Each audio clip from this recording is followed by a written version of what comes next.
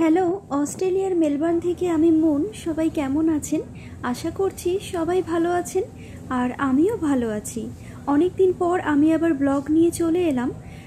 মাঝে দেওয়া হয়নি, তো আমরা গিয়েছিলাম গোল্ড কোস্ট ঘুরতে, সে কারণের জন্যই ভিডিও পোস্ট করা হয়ে ওঠেনি। তো যাই হোক, আমি গোল্ড কোস্টের ভিডিওগুলো পরে পোস্ট করব, একটার পর একটা করব অবশ্যই। কিন্তু তার আগে আমার যেহেতু সিডনি ঘোরাটা অনেক দিন আগে হয়ে গিয়েছে, তো সিডনির ভিডিওগুলো আপনাদের সাথে এখনও আমার শেয়ার করা হয়নি, তো সেগুলো আগে শেয়ার করে নিই, তারপর যাব গোল্ড কোস্টের ভিডিও। আগে শেয়ার করেছিলাম অস্ট্রেলিয়ার সিডনির বন্দি বিচ নিয়ে, তো আজকে আমি যা চলেছি ম্যানলি বিচে। তো ম্যানলি বিচে যাচ্ছি, এখন আমরা ক্রুজে আছি। আর দেখুন কি অবস্থা, মানে এতটা দুর্ভাগ্য, এই ম্যানলি বিচ যাওয়ার সময় এবং ফেরার পথটা এতটাই সৌন্দর্য, মানে সেটা দিনের বেলা রোদ্দুর না থাকলে বোঝা যায় না এই সৌন্দর্যটা কতটা।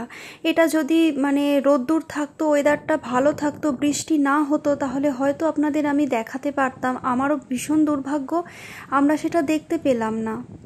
আমরা চলে এসেছি ম্যানলি বিচে। এটাই হচ্ছে ম্যানলি বিচ, সিডনির ম্যানলি বিচ, যেটা ভীষণ নামকরা একটা বিচ, যেখানে মানুষজন ঘুরতে, সিডনি যদি ঘুরতে আসে অবশ্যই বন্দি বিচ আর ম্যানলি বিচ সমস্ত মানুষ কিন্তু আসে দেখতে। তো ভীষণভাবে খারাপ লাগছে, আমি আপনাদের দেখাতে পারলাম না এই সৌন্দর্যটা কতটা, আর ভালোভাবে ভিডিও করতে পারলাম না, কারণ হালকা হালকা বৃষ্টি নেমে গিয়েছিল। আমরা একটা শেডের কাছাকাছি চলে এলাম, এখানে দেখি একটা পার্ক আছে, তো বৃষ্টি সেভাবে নামেনি বলে ছোটরা বলল একটু পার্কে খেলা করবে, আর আমিও সেই সময় একটা ছোট্ট করে ভিডিও করলাম। কিন্তু ভিডিও করতে করতেই দেখি জোরে বৃষ্টি চলে এলো, এবং অনেকক্ষণ আমরা অপেক্ষা করেছি, কিন্তু বৃষ্টি থামেনি। আমরা আর কিছু করার ছিল না, ফিরে পড়লাম ওখান থেকে। তো দেখলাম না, আজকে আর ওয়েদার ভালো হওয়ার নয়, তো শুধু শুধু এখানে হাওয়ার মধ্যে থেকে আমরা অসুস্থ হচ্ছি, এছাড়া আর কিছুই না। দেখুন জলের মধ্যে লাইটগুলো পড়েছে, আর তাতে কি সুন্দর লাগছে, তাই না? আর ওখানে এতটাই হাওয়া দিচ্ছিল যেন একদম ঝড় হচ্ছিল, মানে ফোনটাও হাতে রাখা যাচ্ছিল না, ফেলে দিচ্ছিল হাত থেকে। বেশি ভিডিও করতে পারিনি, আর যেহেতু আমি তখন ব্লগ করতাম না, সেজন্য খুব বেশি ভিডিও আমার নেই, তাই ব্লগটা বেশি বড়ও করতে পারছি না। তো যাই হোক, যে ভিডিওগুলো আছে সেগুলো দিয়েই এই ব্লগটা আমি করছি, একটু ছোটই হচ্ছে, আর আমি ছোট ছোট ভিডিওই আপনাদের সাথে শেয়ার করি। আর জানেন তো, এই ম্যানলি বিচ থেকে ফেরার পথে সিডনির যে হারবার ব্রিজ আর অপেরা হাউস, এই দুটোর ভিউ কিন্তু অসাধারণ লাগে। তো সেইগুলোর আমার ভিডিও করা হয়নি, আমার ছবি তোলা আছে, তো সেগুলো আমি এখানে যোগ করে দিচ্ছি, আপনারা একটু দেখে নিন। দেখুন কতটা সুন্দর লাগছে। বন্দি বিচটা যেভাবে রোদ্দুর পেয়েছি, যেরকম ভালো একটা ওয়েদার পেয়েছি, অনেকটা মজা করেছি, ঠিক সেরকম যদি ম্যানলি বিচটা হতো ভীষণই ভালো হতো। তবে অস্ট্রেলিয়াতে জানেন তো, যখন তখন বৃষ্টি নেমে যায়, তো বোঝা যায় না খুব একটা আগে থেকে বোঝা যায় না ওয়েদারটা কি হতে চলেছে। আর মোটামুটি যেহেতু সারাটা বছরই বৃষ্টি হয়, তো কিছু করার থাকে না, বৃষ্টি যখন হয় তখন ওয়েদার ভীষণ খারাপ হয়ে যায়।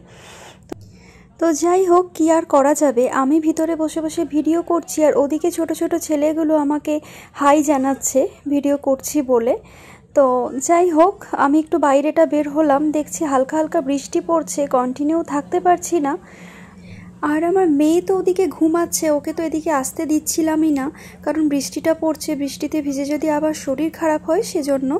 আর ছেলে সৌরিস তো এদিকে প্রচণ্ড লাফালাফি করছে ওই ছেলেগুলোর সাথে, আর ওই ছেলেগুলো দেখুন কীরকম করছে, ভিডিও করছি বলে আমি তো হেসেই ফেলছি ওদেরকে দেখে, ওরা ভীষণ মজা করছে।